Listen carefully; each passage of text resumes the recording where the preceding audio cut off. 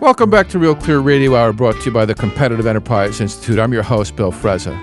Our next guest, Naomi Schaefer Riley, former taste editor for the Wall Street Journal, now writes a weekly column for the New York Post that caught my eye, focusing on higher education, religion, philanthropy, and culture.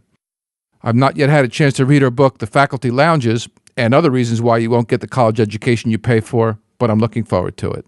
Naomi, welcome to the show. Thanks so much for having me. Naomi, with the gay marriage battle on its way to being won, the latest frontier in civil rights advocacy seems to have shifted to transgender rights. You wrote an article in the New York Post that caught my eye titled Scenes from the Feminist Implosion. I have to tell you that it left me completely confused. What was that all about?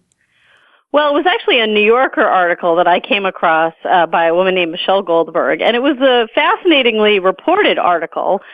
She talked about this big fight that's going on within the feminist movement over the place of transgender rights. And there are some people who apparently think that transgendered people deserve a place at the feminist table, let's just say that. That men who choose to be women, you know, whether they choose to dress or whether they just feel that they should have been born women, should have a role in where feminism goes. So if they can use the ladies' room, they should be able to sit down with the ladies and talk about women's rights. Something to that effect. And then there are those who say, no, that's not appropriate because these are people who are making the choice and therefore they haven't been subject by definition to the kind of oppression that women who are just born women and have no choice about it are subject to. So there are sort of some outrageous incidents where, you know, one group was harassing the other one. And, you know, you're sort of at the point where you finish this article and you think, God, I don't know which side I'm rooting for at the end of this. I don't even know which end is up by the time I finish reading this. I mean, there was an incident of a transgendered woman or women who went to a gay bar, which was a bear bar. I understand bear are like burly men, and they got kicked out, and this caused a lawsuit. Yeah, I don't, I can't really explain, you know, exactly how both sides of the issue feel about this. This is my best guess based on what I've read. But yes, I mean, this ultimately does have to do with the fundamental question of what is a woman? And apparently the people who are graduating from college recently in women's studies have come out with the view that basically anyone who says they're a woman is a woman. And to the point where there are groups that say, we don't even want to suggest that you have to be a woman in order to get pregnant. There's like an abortion rights group that said, that removed the word woman from its language because they didn't want to appear discriminatory. Didn't Monty Python deal with that in a skit back in the Life of Brian? It definitely verges on parody. But I think it gets to this fundamental question, as I said, of what kind of importance biology has in these debates. And for years we've been told, of course, that gender is a social construct. And now you have people pushing back against that, still within the feminist movement, but saying, you know, wait a second, if by definition women are oppressed, we have to figure out what a woman is. And in order to figure out, you know, who is of course, by definition being oppressed. And that requires logical consistency, which is a challenge for a lot of these groups. It definitely is. So, Naomi, I'm a little bit out of touch. You've been writing about this, and of course, you've gotten a lot of feedback and comments. Bring us up to date on the state of radical feminism in the academy. It's hardly radical anymore in the sense that it's sort of taken for granted. And I think radical feminism, or feminism more generally speaking, is in a state of confusion. And perhaps it has been for years. But I think, you know, on the one hand, you know, it wants to be a movement that talks about how everyone is oppressed if you're a woman. And by definition, being a woman means you're oppressed. On the other hand, it claims to be an empowering movement. You know, then you have sort of the sexual elements here. Where you have, you know, feminists who, you know, want women to dress more slutty. And, you know, you have these slut marches. So, you know, self-proclaimed slut marches. I'm not using that as a term of derision. You're not Rush Limbaugh. Right. And, you know, and those people are sort of at the same time encouraging women to dress in provocative ways because they think it will be empowering. On the other hand, of course, it encourages men to objectify women. So it, you know, achieves the opposite of their goal. Similarly, on campus, you have a situation where women are encouraged in order, you know, to suggest their empowerment to go out and get roaring drunk. And, of course, this has led to some horrible situations on campus. Sexual assault Right. are, no matter where you look at the numbers, and obviously there are people who inflate them, but I think it's very true that there is a lot of unwanted sex going on, and I think alcohol has a great deal to do with it. But, feminists never want to talk about individual responsibility. It's all about how women are treated by society as a whole, not, how they behave themselves. And group identity seems to be such a big part of this. It absolutely is. And again, you have a situation where on the one hand, we want to subscribe to this idea of women's solidarity as if all women have the same interests at heart, whether that means embracing our maternal instinct or embracing our inner woman. On the other hand, when it comes to women who, for instance, make the choice to stay at home with their children or something, those are women we kind of throw under the bus because they're not living out the feminist dream.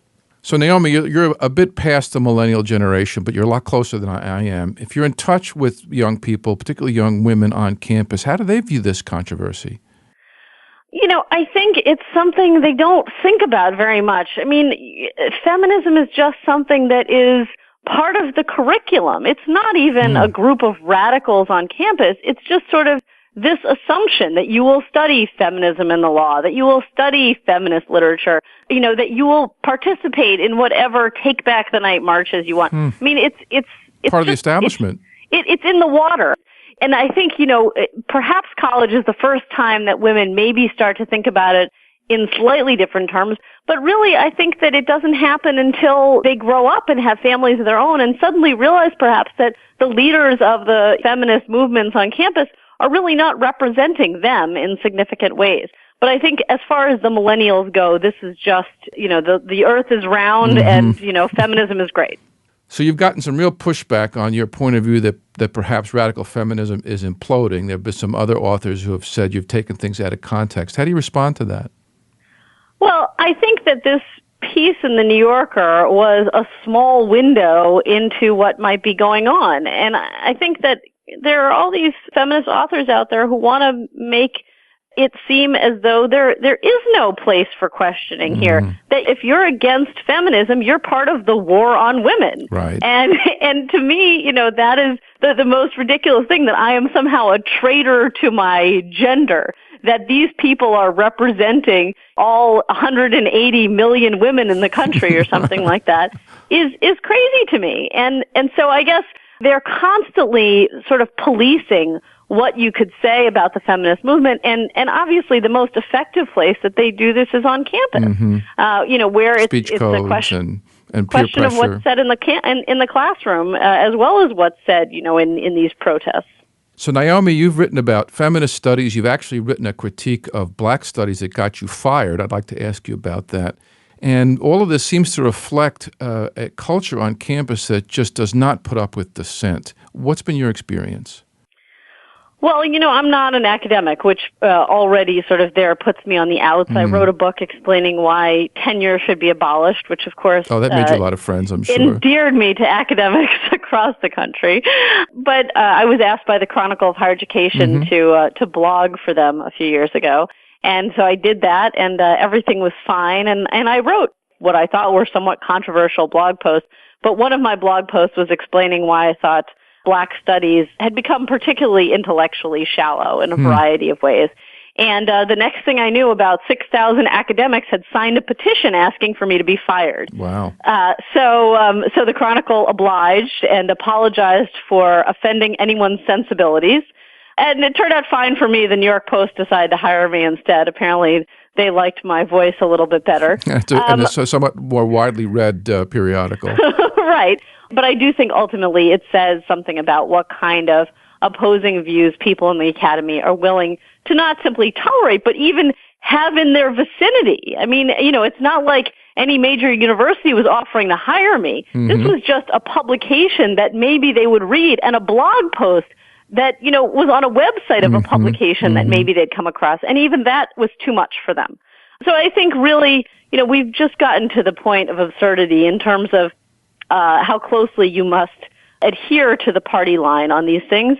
And I think the way, one of the things that I talked about in my book on tenure is that ostensibly, tenure was supposed to be instituted so that dissent would be tolerated. And obviously, by that measure, there's no way that it has worked at all. I mean, dissent is simply just heard less and less on campus. Students are exposed to it less, and faculty who have opposing views just pretty much keep their mouths shut. As folks who are trying to stamp out dissent become more and more hysterical about it, is the pendulum starting to swing? Are students starting to become more skeptical of silencing opposing views? You know, I think students have always been a little bit more skeptical than we give them credit for. You know, for instance, it turns out that despite the lopsided character of the political views of university faculties, students pretty much come out evenly divided amongst Republicans and Democrats, which suggests, you know, one of two things. You know, either they're very skeptical or the faculty are just very ineffective at getting across their party line. You know, either way, perhaps that's kind of a promising sign. But I think that maybe the pendulum is swinging back a little bit, but I do simply worry that these dogmas have just become so accepted they're not even radical anymore. Nobody bothers to think about them. Which creates an opportunity for rebellion. Isn't that what kids usually do? You know, this is not a rebellious generation. The New York Times just had a funny article trying to characterize millennials based on survey data, and what they came out with was millennials are very nice. You know, they don't really have much to rebel against.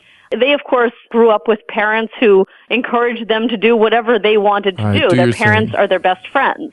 So that's probably part of the problem in rebelling against authority. But do they think about college as a place to kind of make intellectual trouble? I'm not sure they even take college seriously as an intellectual project in many cases. It's just career. So there seems to be a theme recently that college is about career. And of course, with the number of unemployed college graduates, maybe that's not the craziest thing in the world. But you wrote an article recently called "It's Not Just Athletes, College Screws Everyone," that I also found interesting. What was that all about? Well, as you know, there was this recent decision with regard to the NCAA that they weren't serving the interests, that colleges weren't serving the interests of athletes, and as a result, the athletes may be allowed to unionize. And, you know, my first thought on reading this was, boy, all the students should unionize, at least in the sense that nobody is representing their interests on campus.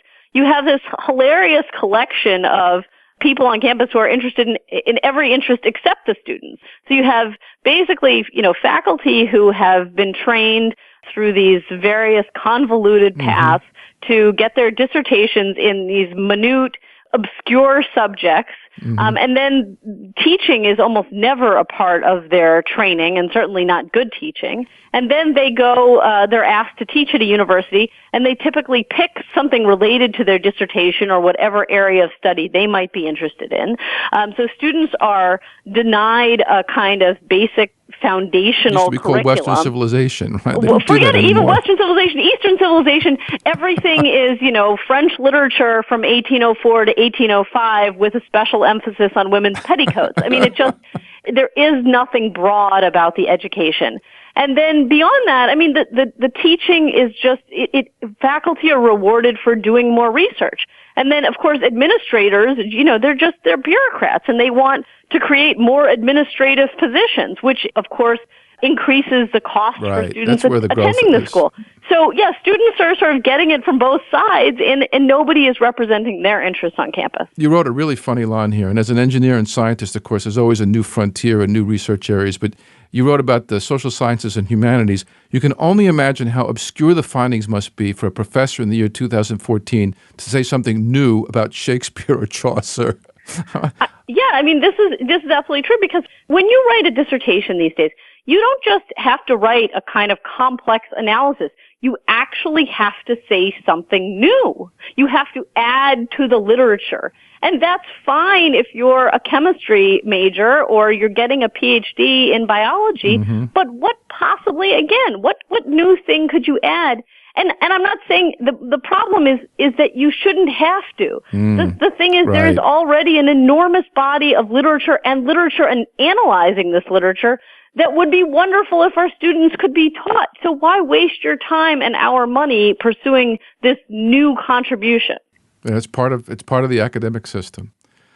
Naomi, students today live in an unprecedented world of access. You look at the material that's at your fingertips on the web, any kind of publication, any kind of research material. Don't they have some sort of obligation for their own education to reach out and broaden their horizons? I think ultimately students don't know what they don't know. It's fine for us to say you should take responsibility and you're a grown-up. And in many ways, look, at 18, you could go into the Army. You should be able to go to college and take some initiative. I agree with that. But the problem is students are basically handed a course catalog that could be a doorstop. And they're just told, choose your own adventure. Pick something. And, it's unfortunate, I think, that we have gotten away from in loco parentis. Not just because I think it could avoid a lot of, unwanted sex on campus, but in loco parentis also used to mean that there were people on campus offering you intellectual guidance too. And now that almost does not exist. So you used to have people who suggested, well, first of all, here are 2 years worth of courses that would give you a foundation in what you should know. Right, about literature and science and history. Philosophy and whatever. But even beyond that, then you sit down with an advisor or faculty member who says, you're interested in this, now you should take X, Y, and Z, and you should take it in this particular order, and you should take it from this professor. Now it's very rare to find that kind of guidance on campus. And even at small liberal arts colleges, I think some professors are reluctant to offer it. It's like the whole world's become Brown University. It's much worse than that. It's worse than that. So, Naomi, you're a little bit further along in your life. You've got a family yourself. How does a woman have it all today? They don't. Ultimately, that's the message that no one seems to be getting. You have these long, ponderous pieces from Anne-Marie Slaughter, wondering why it is that why it is that she can't maintain a high-level job in the State Department, traveling from country to country, and at the same time be deeply involved in the lives of her teenage sons, who also live, 100-something miles away from her most of the week. This is not baffling to me. In fact, a man in that position also couldn't have it all. A man could never have it all. And yet, of course, no one expects men to have it all. And men have, for a long time, made that sacrifice. Now, maybe you could say, well, men aren't as concerned with being involved in the everyday lives of their teenage sons, but I'm not sure that that's true anymore. In fact, I think, sort of thanks to our new understandings of women's and men's roles, a lot of fathers would like to be very involved, but they decide that they're going to make the sacrifice in most cases, to be more responsible for the family's finances. Now, you could have fathers who say, look, I'm sick of this, and, women need to take on more of that responsibility. That would be fine, but ultimately, I think the having it all notion is just ridiculous. And of course, it's an excuse to just get government more involved in our lives, because if only we had universal daycare, if only we had more subsidies, if only we had more equal pay regulations, then women and men could have it all. And I don't see that happening. For one thing, there was a fascinating book recently, it wasn't fascinating, but there was a book that came out recently called Overwhelmed, and I reviewed it, and one of the author pointed to all of the Northern European countries as being these oases. Yes, of places where people can have it all. But at one point she said, their aspirations, both the men's and the women's aspirations for themselves, seem to be constricted. That is, they seem to be willing to accept less ambition, both for their careers and for what they hope their children were going to do. Dial it all down.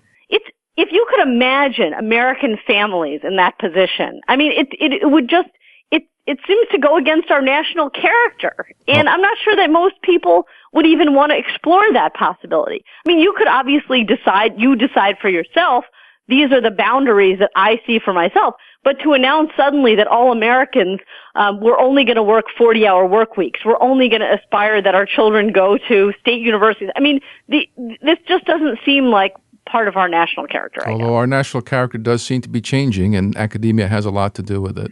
That's absolutely true. Naomi, thank you so much for being on the show. You were a delight. Thanks very much. That was Naomi Schaefer Riley from the New York Post here on Real Clear Radio Hour, brought to you by the Competitive Enterprise Institute. I'm your host, Bill Frezza. If you have any suggestions for topics or guests, visit realclearradio.org and click on the Email Bill link. Real Clear Radio Hour is produced in conjunction with Real Clear Politics, America's premier independent political website. That wraps up our show for this week. Join us next week, same time, same station, when celebrated venture capitalist Peter Thiel shares his investment secrets and author Sonia Arison explains why it won't be long before we're all living 150 years. See you then.